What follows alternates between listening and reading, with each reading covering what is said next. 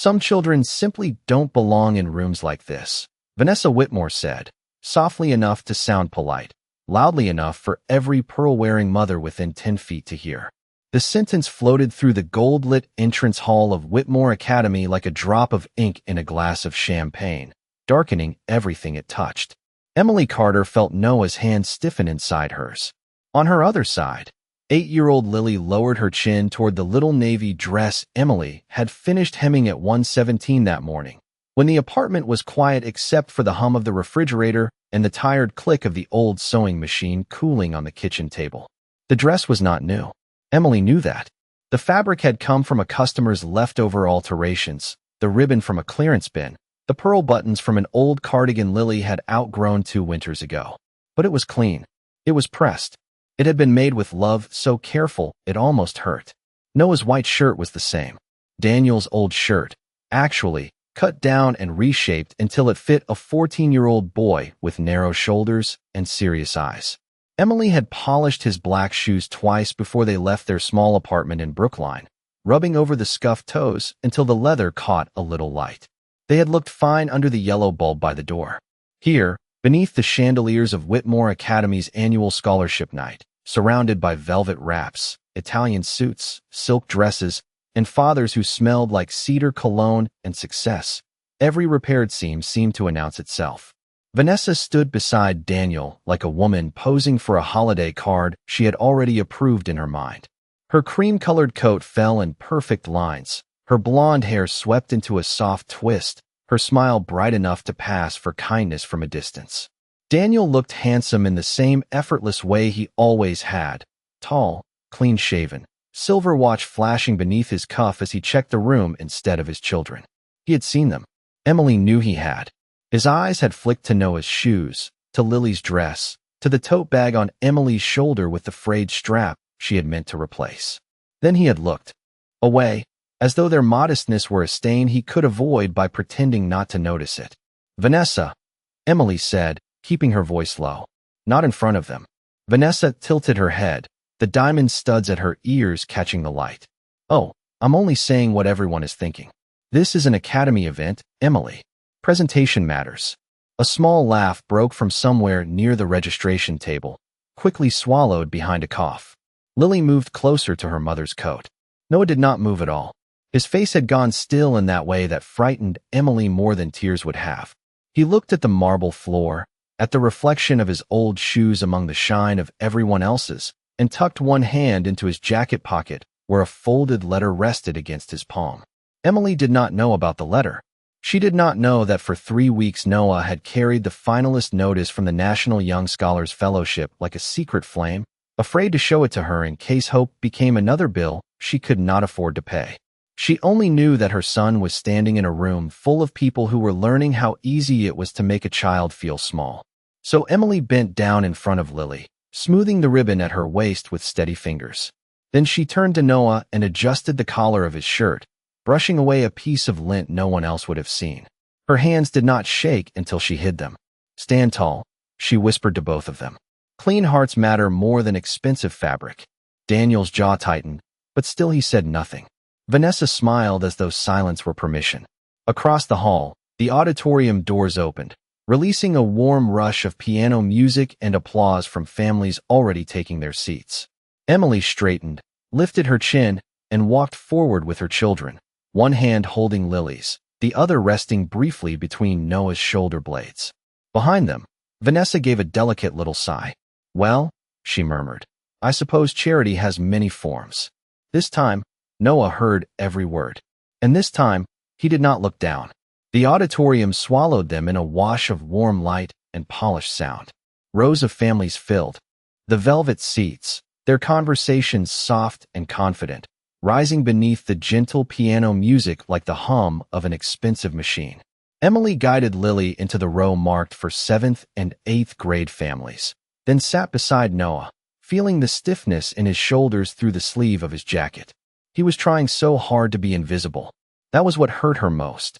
Not Vanessa's words, not the quick little laughs from strangers, not even Daniel's silence, which had settled into her chest like a stone she already knew by weight.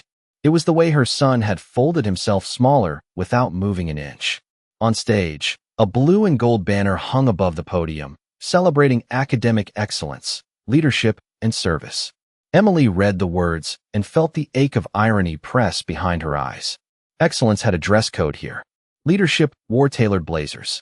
Service came printed on glossy programs held by people who had never wondered whether the electric bill could wait until Friday. She looked down at her own hands in her lap, the fingertips rough from thread and paper cuts. By day, those hands stamped return dates inside library books, reshelved biographies, helped elderly patrons find tax forms, and taught children how to search for poems about the moon. By night, they belonged to the old sewing machine in the kitchen, guiding fabric through the needle while the rest of Brookline slept behind dark windows. Those hands had made Lily's dress from scraps. They had taken Daniel's discarded shirt from the back of a storage bin and turned it into something Noah could wear with dignity. They had covered small holes, let down hems, replaced buttons, and stretched one paycheck into 2 weeks of meals with the patience of a magician who had stopped believing in magic. Emily had not always lived like that. There had been a time when Daniel came home with flowers on ordinary Tuesdays, when he kissed the top of Noah's head as a baby and promised Lily, before she was even born, that she would never have to wonder whether her father would show up. But promises had a strange way of changing shape when ambition entered the room. As Daniel climbed at the firm, his voice grew sharper, his hours longer, his patience thinner. He began speaking of image, networking, compatibility, as if marriage were a partnership reviewed quarterly for performance. By the time Vanessa appeared at charity lunches and firm dinners, laughing too brightly at Daniel's stories, Emily already felt like a guest in her own life. The divorce had been clean on paper and messy everywhere else. Daniel kept the house in Wellesley. Emily kept the children, the old sewing machine, and a silence so heavy she sometimes had to sit down just to breathe beneath it.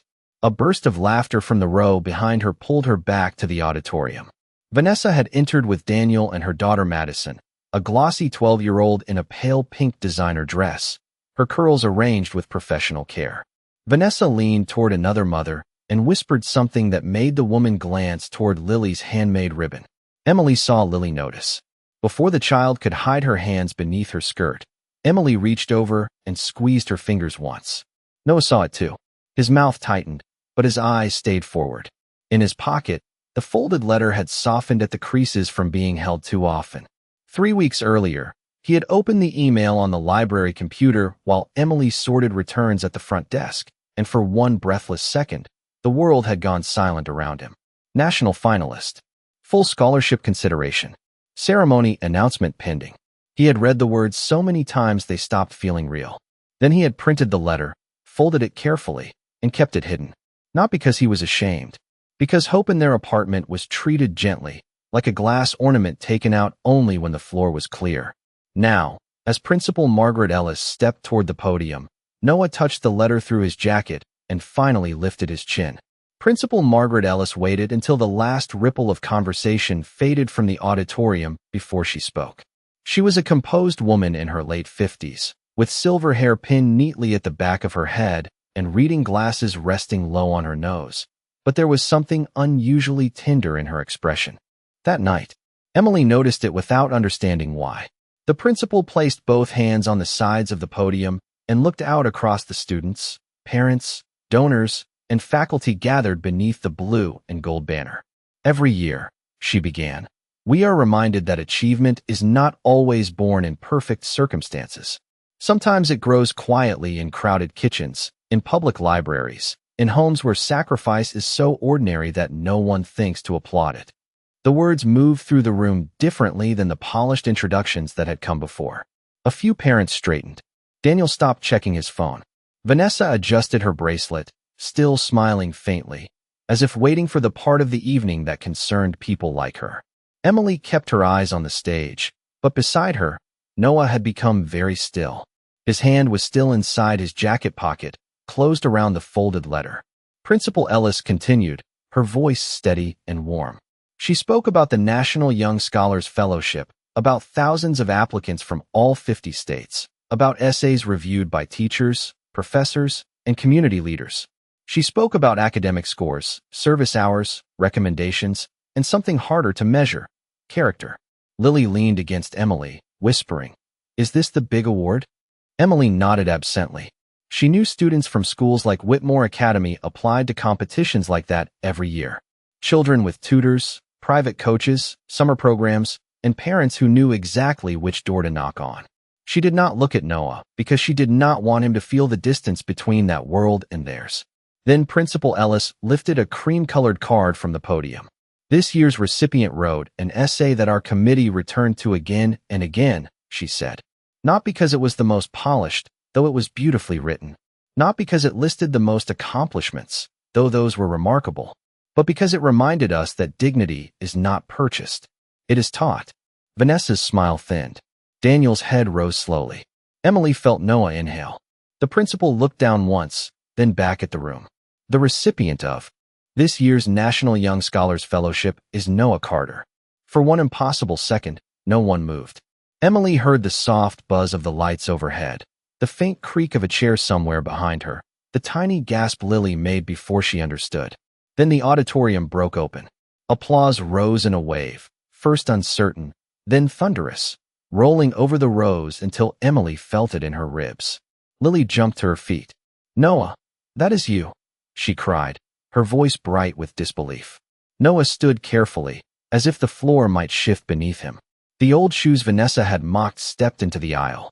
The shirt Emily had remade from Daniel's discarded cotton caught the stage light at the collar. He walked past polished loafers, satin heels, and the stunned silence of his father, carrying himself not like a boy trying to disappear, but like someone who had finally remembered the size of his own name. Emily pressed a hand to her mouth. She had not known. She had been so busy surviving that she had not seen the secret her son had been carrying, not as a burden, but as a gift. On stage, Principal Ellis shook Noah's hand and gave him the certificate. Then she turned to the audience. "With Noah's permission, I would like to read one sentence from his essay." Noah glanced down at his mother. His eyes were wet, but his chin stayed lifted. He nodded. Principal Ellis read, "My mother never dressed us in luxury, but every morning she dressed us in dignity, and because of her, I know I belong in every room I enter." The applause changed then. It deepened. It softened. It became something more than celebration. Emily felt people turning toward her, not with pity, but with recognition. Vanessa stared at the stage as if the lights had become too bright. Daniel looked at Noah, then at Emily, and for the first time that evening, shame found the right owner. Noah stepped to the microphone. His fingers trembled once before he steadied them against the podium. "My mom made this shirt," he said, his voice quiet but clear. "She worked all day, then stayed up late, so I would have something clean to wear tonight. I used to wish it came from a store like everyone else's. But now I think I was wrong. I think some things mean more when someone loves you enough to make them by hand." The room went completely silent. Noah looked at Lily, then at Emily. "This scholarship has my name on it," he said. "But it belongs to her too." Emily stood because her knees could not hold the weight of sitting still. She did not sob. She did not cover her face.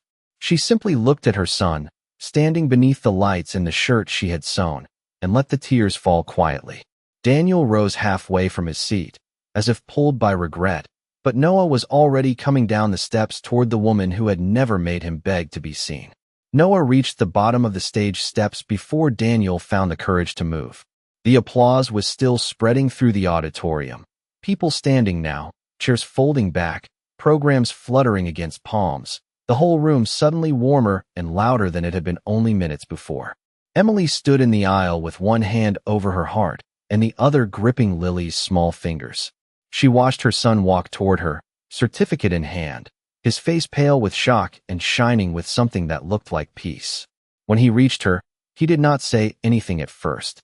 He simply stepped into her arms. Emily held him carefully, as if he were both the little boy who once fell asleep against her shoulder during thunderstorms and the young man who had just taught a room full of adults what dignity sounded like. Lily wrapped herself around both of them, pressing her cheek against Noah's sleeve.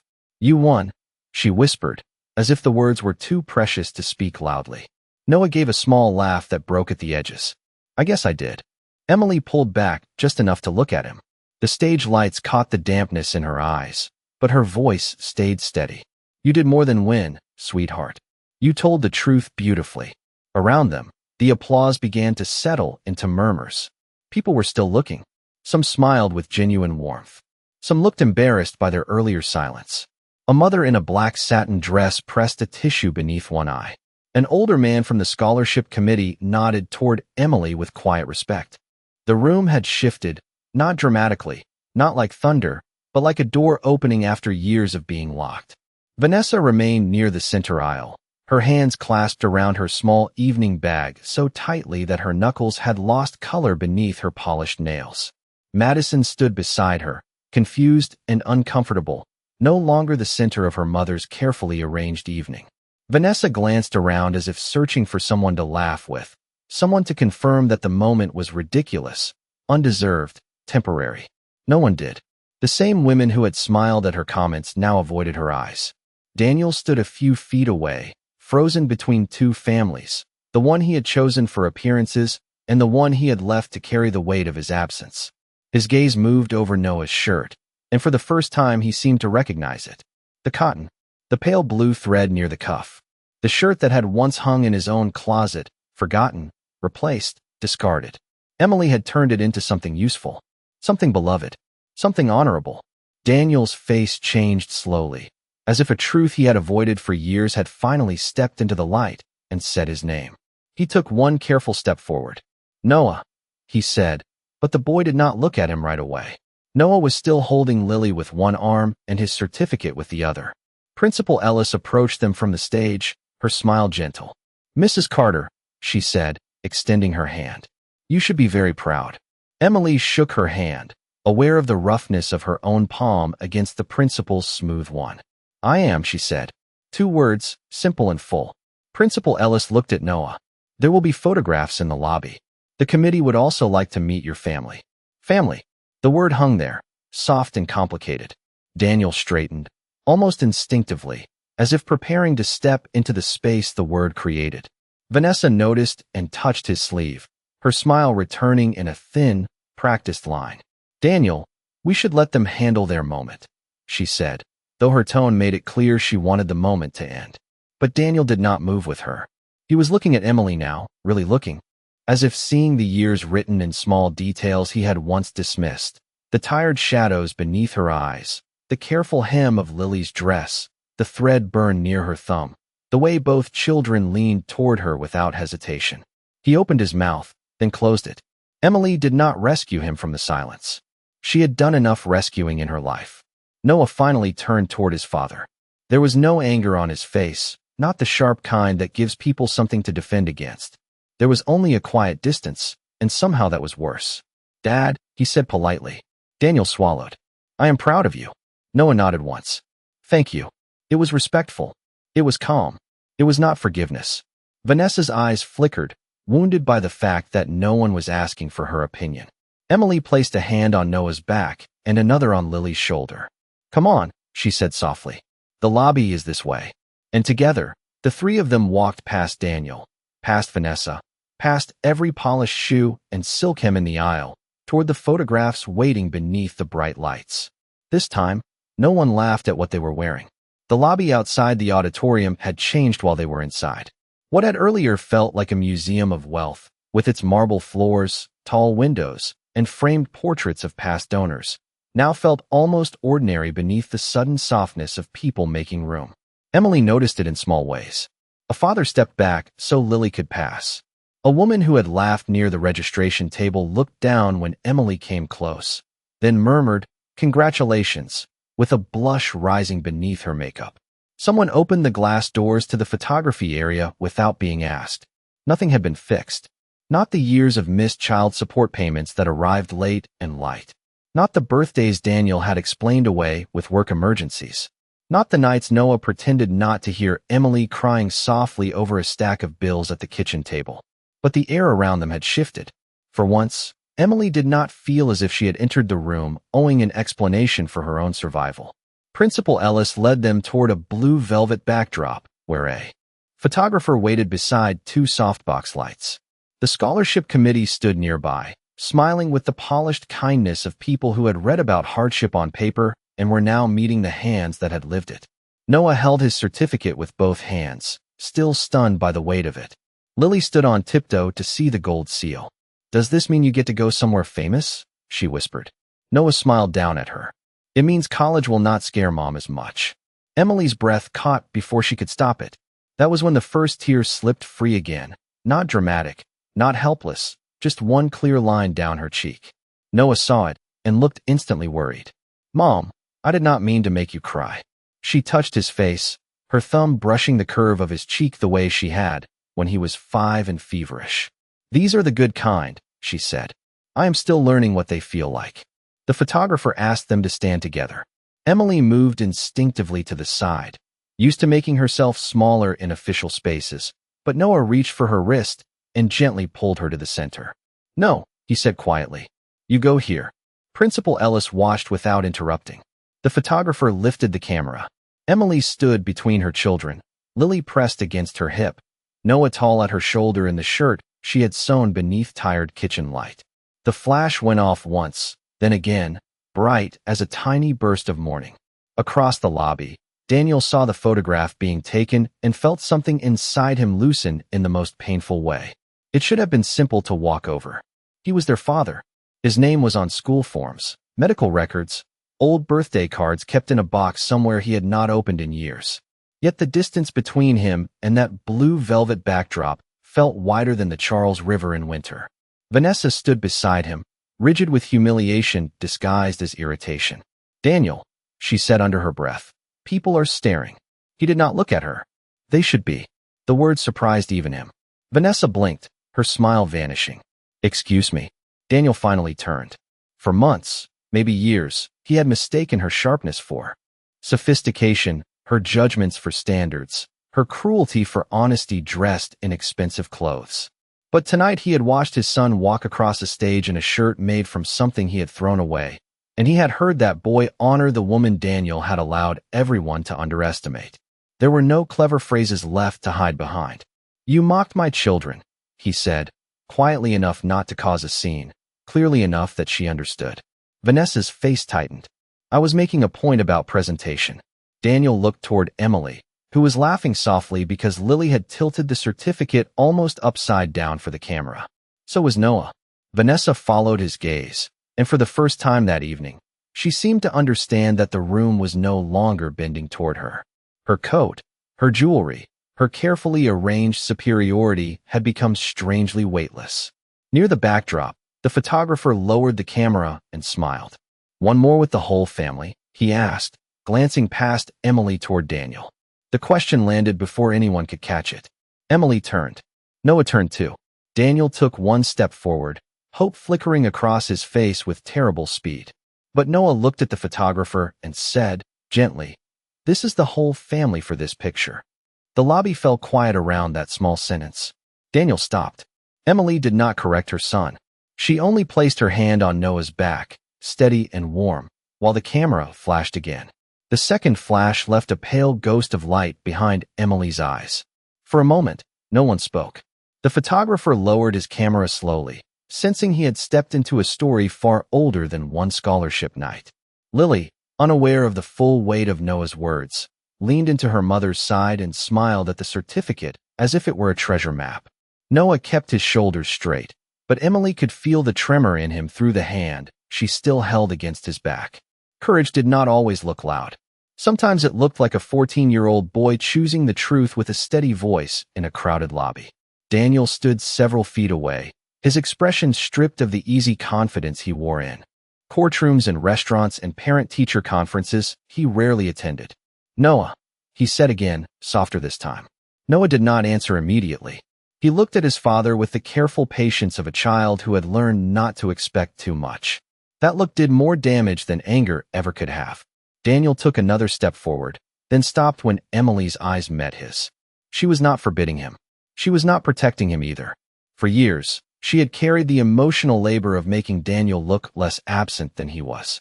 She had told Noah that his father was busy. She had told Lily that Daddy loved her even when he forgot the school play, the flu appointment, the spelling bee, the Sunday pickup he had confirmed and then canceled by text. She had wrapped his failures in soft paper so the children would not cut themselves on the edges. Tonight, there was no paper left. I should have known, Daniel said. The words came out low and rough. Emily looked at him for a long second. Behind him, Vanessa stood motionless, her face arranged into something close to outrage, though humiliation kept pulling at the corners. Yes, Emily said. Not cruelly. Not loudly. Just yes. The simplicity of it seemed to land harder than accusation. Daniel swallowed. The application. The essays. The interviews. He did all of this, and I did not know. You did not ask, Emily said. The sentence was quiet enough that only the closest people heard it, but it changed the air around them. Noah looked down at the certificate. Lily looked from her mother to her father, old enough to understand tone, young enough to still hope adults might become better if someone explained clearly enough. Daniel turned toward his son. I am sorry. Noah nodded once, polite again, guarded again. Thank you. Daniel flinched at the distance in those two words. He had taught his son manners. Emily had taught him boundaries. Principal Ellis, sensing the family needed space, gently guided the scholarship committee toward the refreshment table, taking the murmuring crowd with her. The lobby loosened around them. A waiter passed with sparkling cider in tall glasses.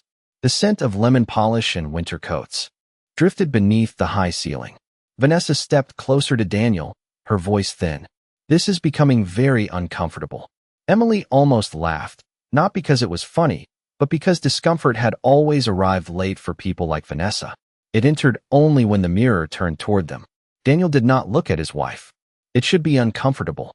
Vanessa's cheeks colored. I said one harmless thing. Noah finally lifted his eyes. You said it to my sister. The words were calm, but Lily's fingers tightened around Emily's coat. Vanessa opened her mouth, then closed it when no elegant excuse appeared. Daniel looked at Lily then, really looked at her, at the small ribbon on her dress, at the way she leaned into Emily, as if her mother were the only safe wall in the building. Lily, he said gently, I am sorry you heard that. Lily's voice was small but clear. I liked my dress before. The sentence broke something in the room. Emily knelt in front of her daughter and smoothed the ribbon again. The same gesture she had made before the ceremony, but this time every watching eye understood what it meant. You can still like it, Emily whispered. I made it for you with love. Lily nodded, pressing her lips together, brave in the uneven way children are brave when they are trying not to cry in public. Noah stepped closer to his sister, shielding her without touching her, and Emily saw the man he was becoming. Not loud, not cruel, not hungry for revenge, but firm where love required firmness. Daniel saw it too, and shame moved across his face like a shadow. For the first time in years, he seemed to understand that absence was not neutral. Silence was not harmless. Looking away was a choice. And every choice had been growing inside his children, stitch by stitch, until tonight, one of them finally spoke. The scholarship committee drifted toward the refreshment table, but the moment they left behind remained suspended between Emily, Daniel, Vanessa, and the children. It sat there under the lobby lights, too honest to be softened by polite smiles. Emily rose from where she had knelt before Lily and brushed one hand over the front of her coat, not because it needed smoothing, but because her body needed something ordinary to do. Noah noticed. He always noticed. He shifted his certificate under one arm and reached for Lily's hand with the other, giving their mother the smallest breath of space. Across from them, Daniel looked as if he had aged in the last 10 minutes. The sharp courtroom polish was still there, the tailored suit, the expensive watch, the disciplined posture, but beneath it something had cracked. Not dramatically. Daniel Whitmore was not a man who fell apart in public. He was a man who adjusted his tie and called ruin a complication. Yet his eyes kept returning to Noah's shirt, to Lily's ribbon, to Emily's roughened fingertips, and each glance seemed to take something from him. Emily, he said quietly. Her name in his mouth no longer sounded like ownership. It sounded like someone approaching a locked door after losing the key years ago. She waited. Daniel drew a breath. I did not know things were this hard. Vanessa made a small, impatient sound. Emily's eyes flicked to her, then back to Daniel. No, she said. You knew enough. You knew the support came late. You knew you missed weekends. You knew Noah stopped asking when you were coming. You knew Lily started drawing family pictures with only 3 people in them. Lily lowered her eyes, embarrassed to have a private truth brought into the bright lobby, and Emily softened instantly, touching her shoulder. "I am sorry, baby," she murmured. "That was not yours to carry." Daniel looked at his daughter as if he were seeing those drawings for the first time, the blank space where he should have been. "I thought." He stopped, because whatever he had thought suddenly sounded too small to survive outside his own head. Emily finished it for him, not with bitterness, but with the exhaustion of someone who had lived too long beside excuses. "You thought money would replace presence. Then when the money was inconsistent, you thought silence would cover that too." Vanessa's voice cut in, polished and cold. "This is hardly the place for a family trial." Emily turned to her fully then. The lobby seemed to quiet around the motion. "You are right," Emily said. "This was supposed to be a celebration for a child, but you made it about clothes before he ever stepped on that stage." Vanessa's chin lifted. "I made a comment. People are so sensitive now." Noah's hand tightened around Lily's. Emily heard the small inhale beside her and knew her son was about to speak, but she lifted her hand gently, not to silence him, to show him he did not have to defend their worth alone. "No," Emily said. "You made a choice. You looked at two children and decided their clothing gave you permission to be unkind. That is not sophistication. That is poverty of the heart." The words landed with a calm so complete that Vanessa had nothing elegant enough to throw back. Her lips parted, closed, opened again. Nothing came. For the first time all evening, the woman who had entered like a verdict looked uncertain of the language of the room. Daniel rubbed one hand over his face, his wedding band catching the light. "Vanessa, you should apologize." She turned toward him sharply. "To whom?" "To them." His answer was immediate, and that made it worse for her. Vanessa stared at Noah, then at Lily, then finally at Emily. The apology, when it came, was thin and reluctant. "I am sorry if my words hurt your feelings." Emily's expression did not change. Noah looked at the floor. Lily looked at her shoes. Daniel closed his eyes briefly, hearing the emptiness of it. Emily reached for the children's coats from the chair nearby. "We should go," she said. "Noah has had a big night." "Emily, wait," Daniel said. His voice carried more urgency now, enough that a few people near the cider table glanced over. "Can I call tomorrow? I want to talk. About the kids. About making things right." Emily helped Lily into her coat, guiding one small arm through the sleeve, then the other. The gesture was so practiced, so tender, that Daniel felt again the ache of everything he had not been there to do. "You can call," Emily said at last. Hope flickered across his face. Then she added, "But do not call because you were embarrassed tonight. Call because you are ready to be consistent when no one is watching." Daniel stood still.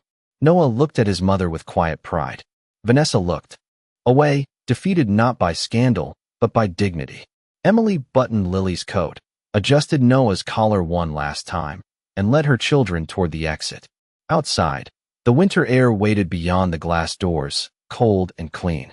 This time, when the three of them passed beneath the chandelier, their reflections moved across the marble together, not as people who had been allowed into someone else's world, but as people who had brought their own light with them. The glass doors opened with a soft sigh, and the cold January air moved over Emily's face like a hand made of water. For the first time all evening, she could breathe without tasting perfume, polish, and judgment. The parking lot of Whitmore Academy stretched beneath a thin silver moon, rows of expensive cars gleaming under the lamps, their windshields filmed with frost. Emily guided Lily down the stone steps while Noah walked beside them, holding the certificate against his chest beneath his coat, as if it might disappear if the night air touched it too quickly. Behind them, through the tall windows, the lobby still glowed gold. Figures moved inside, blurred and distant, like people trapped in a snow globe.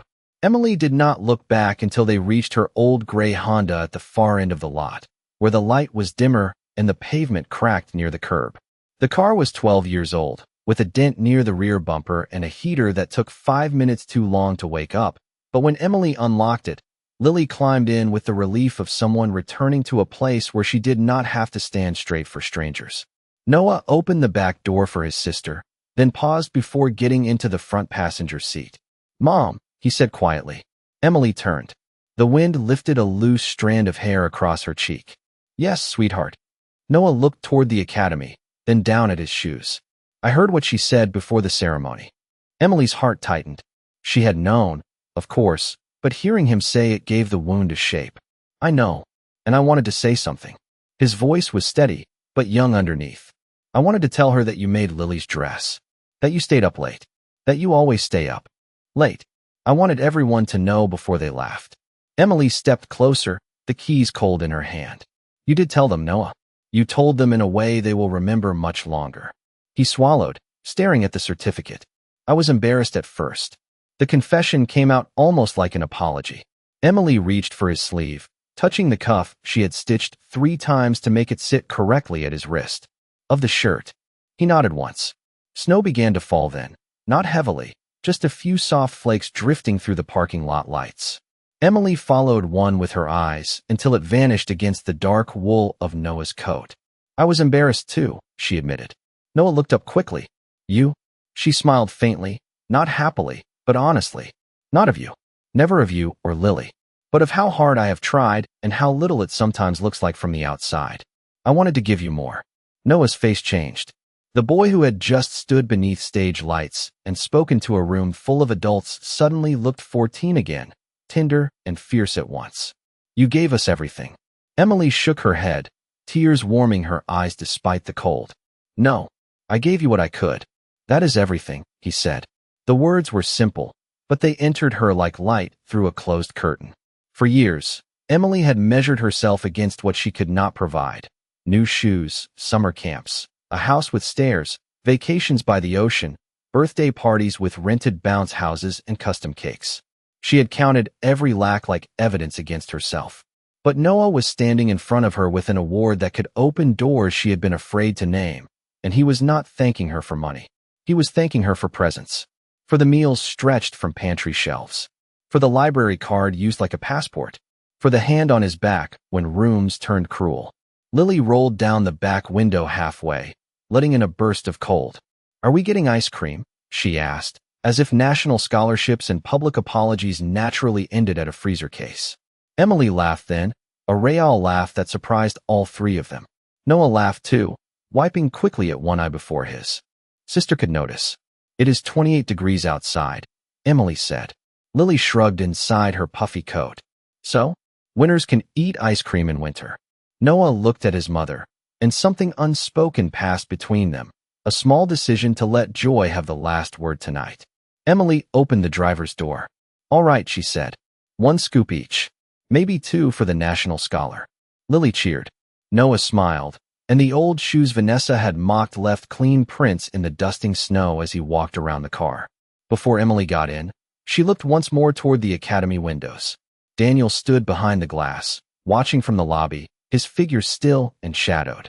For a second, their eyes seemed to meet across the distance. He lifted one hand, uncertain, almost pleading. Emily did not wave back. She simply nodded, not as an invitation, not as forgiveness, but as acknowledgement that the past had seen her leave with her head held high. Then she got into the car, turned the key, and waited as the tired engine caught. The heater rattled. Lily hummed in the back seat.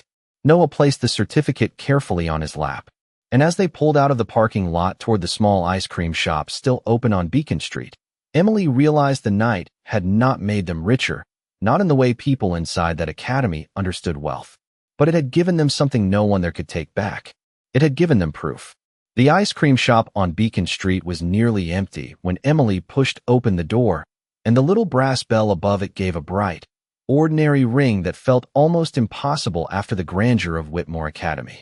Warm air rushed out to meet them, smelling of waffle cones, vanilla, melted chocolate, and the faint roasted sweetness of coffee from the machine behind the counter. Lily stepped inside first, still wearing her handmade navy dress beneath her coat, and pressed both hands to the glass display case, as if she were studying jewels. Noah followed more slowly, careful with the certificate under his arm, his cheeks still pink from the cold and from everything he had not yet found words for.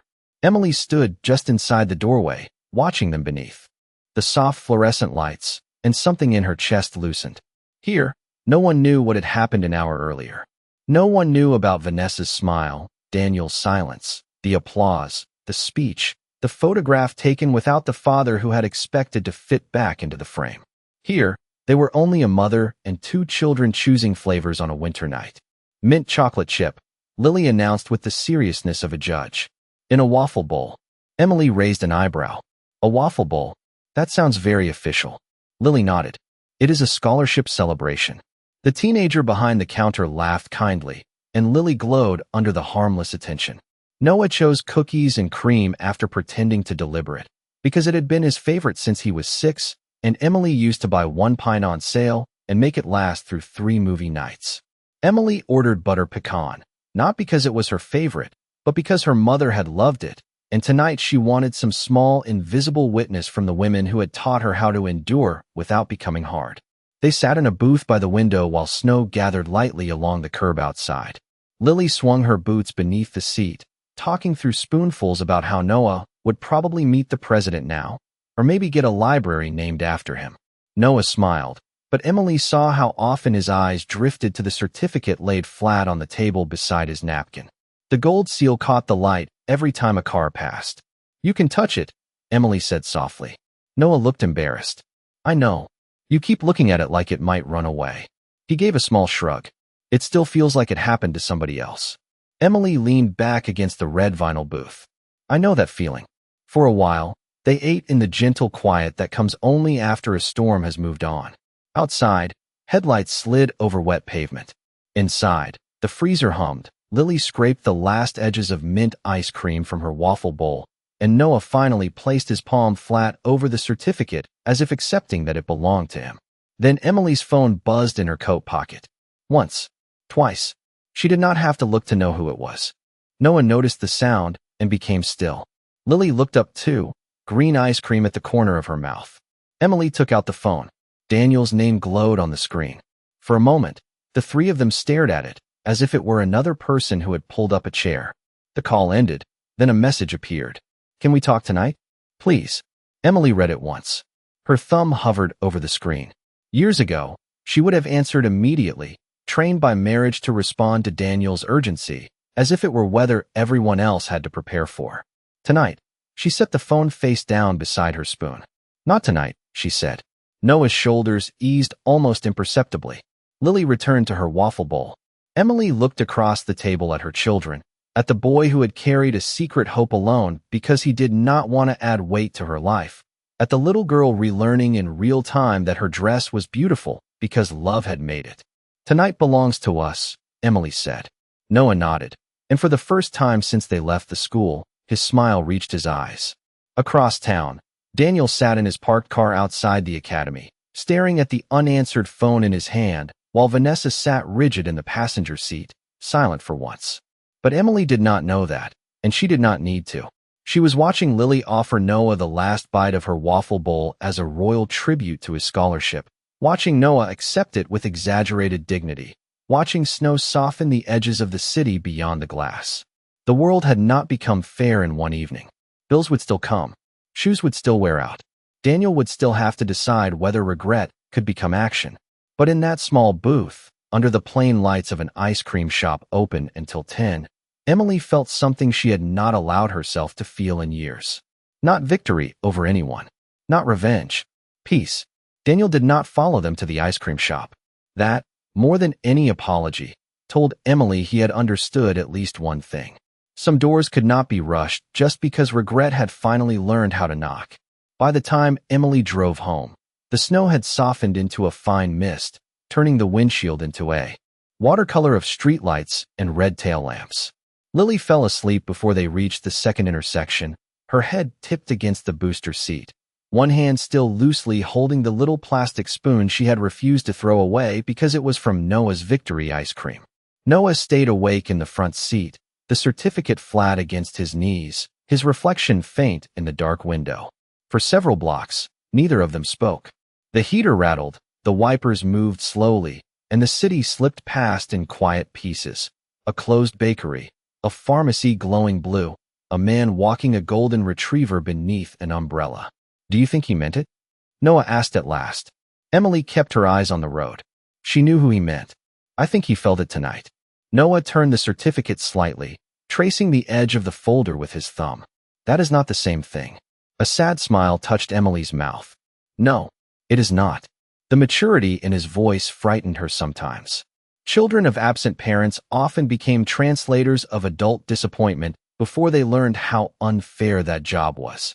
She wanted to tell him not to worry, that Daniel would change, that everything would become easier now that the truth had been spoken beneath chandeliers and applause. But Emily had made a private promise after the divorce. She would never use hope as a blanket if she could not keep the cold from coming through. "We will watch what he does," she said. "Not what he says." Noah nodded, as if filing the sentence somewhere important. When they reached their apartment building, the hallway smelled faintly of radiator heat and someone's late dinner. Emily carried Lily upstairs, the child's cheek warm against her shoulder, while Noah followed with his certificate and his sister's little coat draped over one arm. Their apartment waited at the end of the third-floor hall, small and familiar, with a loose doorknob, a basket of library books by the entrance, and the old sewing machine still sitting on the kitchen table beneath a lamp. Thread clippings dotted the floor like tiny pieces of fallen snow. Lily's pajamas were folded on the couch. Noah's backpack leaned against a chair, one zipper broken, one side pocket patched twice. Nothing in the apartment had changed while they were gone, and yet everything felt different. Emily laid Lily on the couch long enough to ease off her boots. Noah stood in the kitchen doorway, looking at the sewing machine as if seeing it through the words Principal Ellis had read aloud. The machine was beige, heavy, older than he was, with a small crack along the base and a strip of masking tape where Emily had written tension settings in blue pen. To him, it had always been background noise, a late-night rhythm mixed with the refrigerator hum and his mother's quiet sighs. Tonight, it looked almost heroic. "Can we frame it?" he asked. Emily looked up from unbuttoning Lily's coat. "The certificate?" "Yes." He hesitated, but not somewhere hidden. She understood the second sentence more than the first. For years, they had lived modestly with the careful posture of people trying not to invite judgment. Bills and drawers. Hand-me-downs explained as practical choices. Achievements celebrated softly so no one would think they were reaching above their place. Emily stood, brushed Lily's hair from her forehead, and nodded. "We will put it in the living room." Noah's face brightened, then settled into something deeper than pride. Relief, maybe. Permission. Emily tucked Lily into bed, then returned to find Noah at the small dining table, smoothing the certificate with both hands. Her phone buzzed again on the counter. "Daniel." This time, not a call. A message. "I know I do not deserve an answer tonight. I am sorry. I want to start showing up." Emily read it in silence. The words were better than before, but words were easy under the influence of shame. She placed the phone back on the counter without replying. Noah watched her, not asking. She came to sit beside him, close enough that their shoulders touched. Outside, a siren passed far away, then faded. The apartment hummed around them, humble and tired in theirs. "Mom," Noah said, "were you mad that I did not tell you?" Emily turned toward him. "No, I wanted to surprise you." His voice thinned. "I also did not want you to be sad if I lost." Emily reached for his hand. It was larger than she remembered, the hand of a boy growing faster than her heart could prepare for. "You do not have to protect me from disappointment," she said. "That is my job." Noah looked down. "You already have too many jobs." The sentence nearly undid her. She squeezed his hand and let the silence hold what words could not. Then she smiled, soft and brave. "Then let this be our new rule. We carry hard things together." Noah nodded. On the table between them, the certificate caught the lamplight, its gold seal shining in the small apartment brighter than any chandelier had shone at Whitmore Academy. Morning arrived without ceremony, pale and cold through the thin curtains of the apartment, touching the kitchen table where Noah's certificate still lay beneath the lamp. Emily had slept only a few hours, but when she woke, the old panic was not waiting at the foot of her bed the way it usually did. Bills still existed. The rent was still due in 12 days. Lily still needed new sneakers before spring. Yet something inside the small apartment had shifted from survival to witness. The night before had happened. It had a gold seal, a photograph, a memory of applause, and a sentence Noah had spoken into a microphone that Emily knew she would carry for the rest of her life. She moved quietly through the kitchen, starting coffee, rinsing 3 bowls, folding the navy dress Lily had dropped over the back of a chair when she changed into pajamas. In the morning light, the little dress showed every truth Vanessa had mocked: the hand-sewn hem, the reused ribbon, the buttons that did not perfectly match if someone looked too closely. Emily held it for a moment and felt no shame. Only tenderness. She was smoothing it over her arm when her phone buzzed on the counter. Daniel again. This time, she let it ring twice before answering. Hello. There was a pause on the other end, as if he had expected voicemail and was unprepared for her voice. Emily, thank you for answering. She looked toward the hallway, listening for the children. Noah's door was still closed. Lily's soft breathing came from the smaller room. You have 5 minutes, she said. Daniel inhaled. In the background, she could hear traffic, maybe from his office downtown, maybe from the parking garage beneath the building where he liked to take calls he did not want Vanessa to overhear. I am not calling to ask for forgiveness, he said. I know that is not something I get to request because I had one bad night. Emily waited, one hand resting on the folded dress. I called the school this morning, he continued. I asked about Noah's application. Principal Ellis told me he wrote the essay at the public library. She said you were there working when he submitted the final draft. Emily closed her eyes briefly. She could picture it now. Noah at the computer near the back windows, pretending to research for a history project while she checked in a stack of picture books at the front desk. He did it himself, she said. Yes, Daniel replied. His voice tightened. That is what makes it worse. He did it himself because I was not there to help, and because he did not believe I would notice if he told me. The honesty was new enough to sound uncomfortable on him. Emily did not rush to comfort him. Outside, a delivery truck rattled past the building. The coffee maker clicked and sighed. Daniel, what do you want? He was quiet for a long second. I want to set up regular support payments through an automatic transfer, not whenever I remember. I want to pay for Lily's spring clothes and Noah's computer. I want to attend his scholarship meeting if he allows it. And I want to see them on a schedule they can count on, even if it starts small. Emily opened her eyes. The words were practical. That mattered more than regret wrapped in poetry. That is a beginning, she said. Not a solution. I know. And Vanessa? Another silence. This one had edges. She owes them a real apology. She does, Emily said. But I am more concerned with what you owe them. Daniel accepted that without defense. Somewhere down the hall, Noah's bedroom door creaked. Emily lowered her voice. They are not props in your redemption, Daniel. You do not get to appear because the room applauded them. You show up when no one is clapping. You show up on rainy Tuesdays, at dentist appointments, at ordinary dinners, at school pickups where nothing impressive happens. I understand. Emily looked at Noah as he stepped into the kitchen, hair messy, sweatshirt sleeves over his hands. He saw the phone, understood, and stopped near the doorway. His face did not harden, but it guarded itself. I hope you do, Emily said. Because if you disappoint them again, I will not cover the sharp edges for you anymore. Daniel's voice came softly. I would not ask you to. Emily ended the call without another promise. Noah stood in the quiet kitchen, the certificate glowing behind him on the table. Was that Dad? He asked. Yes. What did he say? Emily placed the folded navy dress over the back of a chair. He said some things that could become actions. Noah considered that, older than he should have been, younger than he looked. Do you believe him? Emily walked to the coffee maker, poured a cup, and watched the steam rise between them. I believe calendars more than apologies, she said.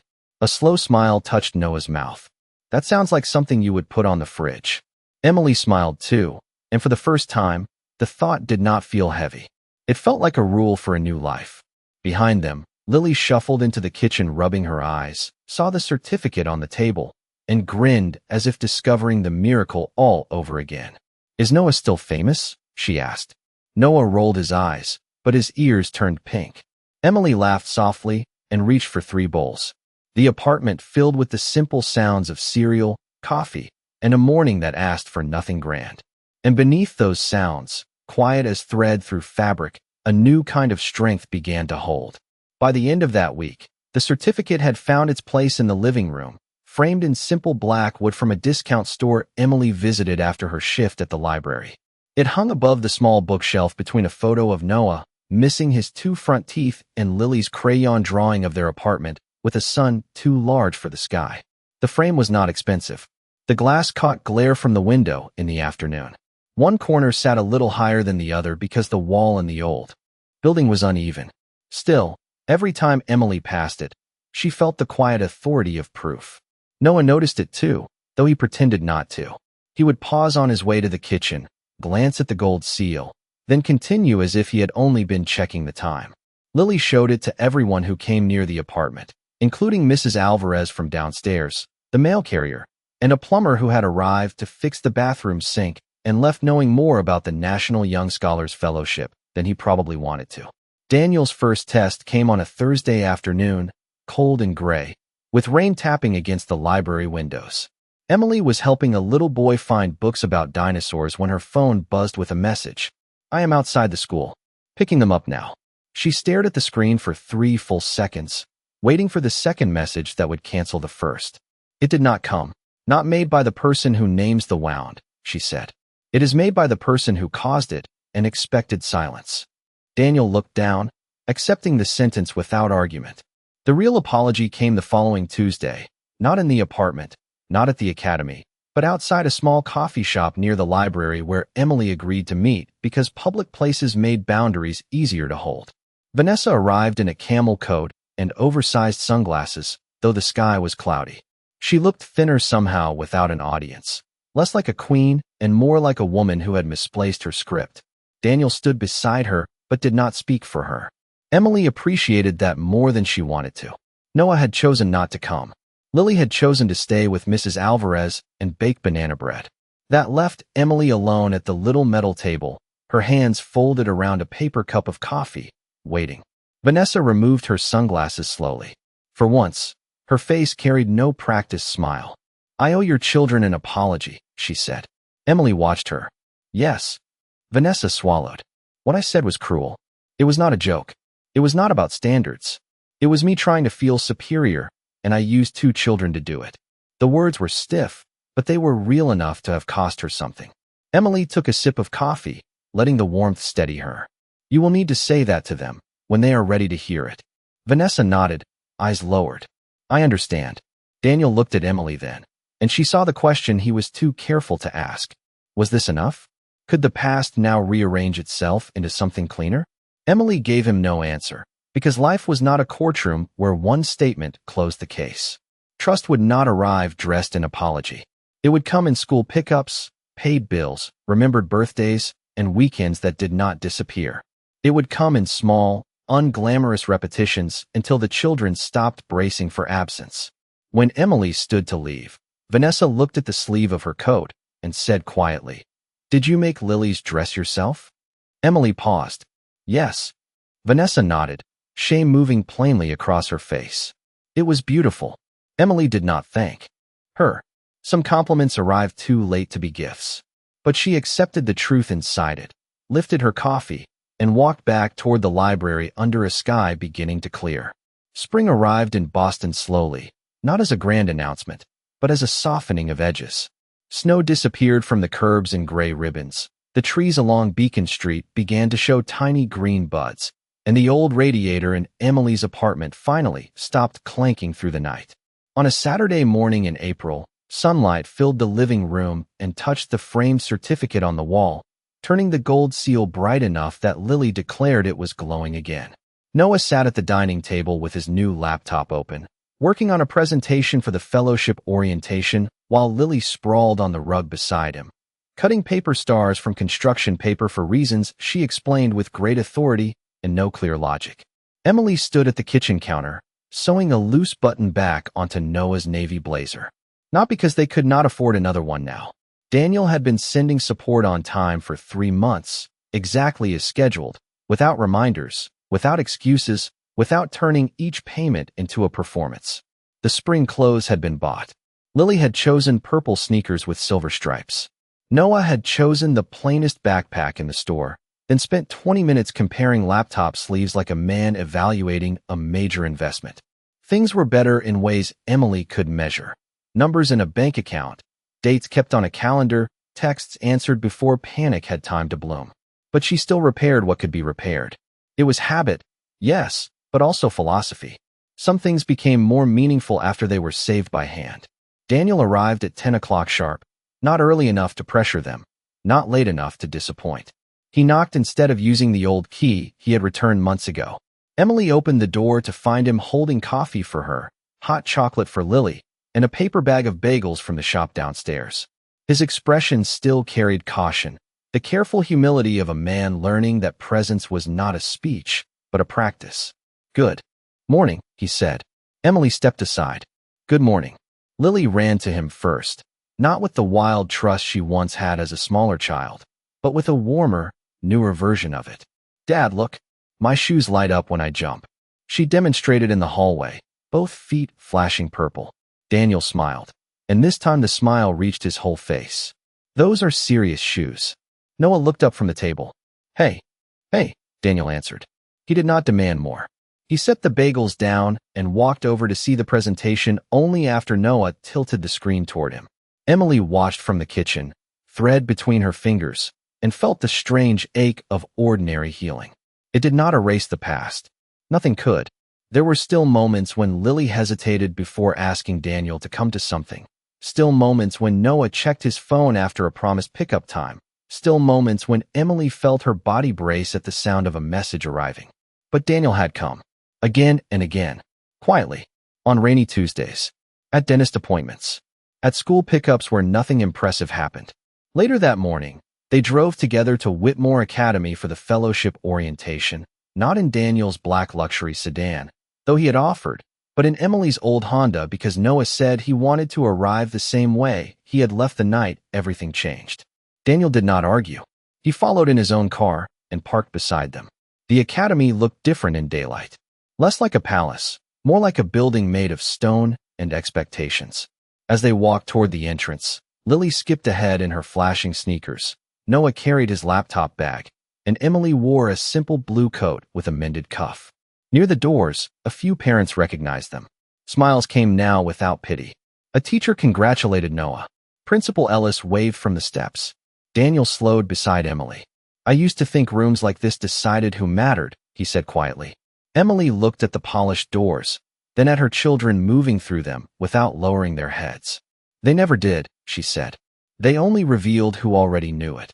Inside, the same lobby gleamed beneath the chandeliers. For a second, Emily remembered Vanessa's voice, the laughter, Lily looking down at her dress, Noah hiding his pain behind stillness. Then Lily turned back and called, Mom, come on. Noah is famous again. Noah groaned. Daniel laughed softly, and Emily walked forward. Her shoes made almost no sound on the marble. No one stared at her coat. No one measured her children by fabric.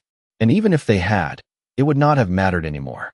Because dignity, once awakened, did not ask permission to enter. It simply opened the door and walked in.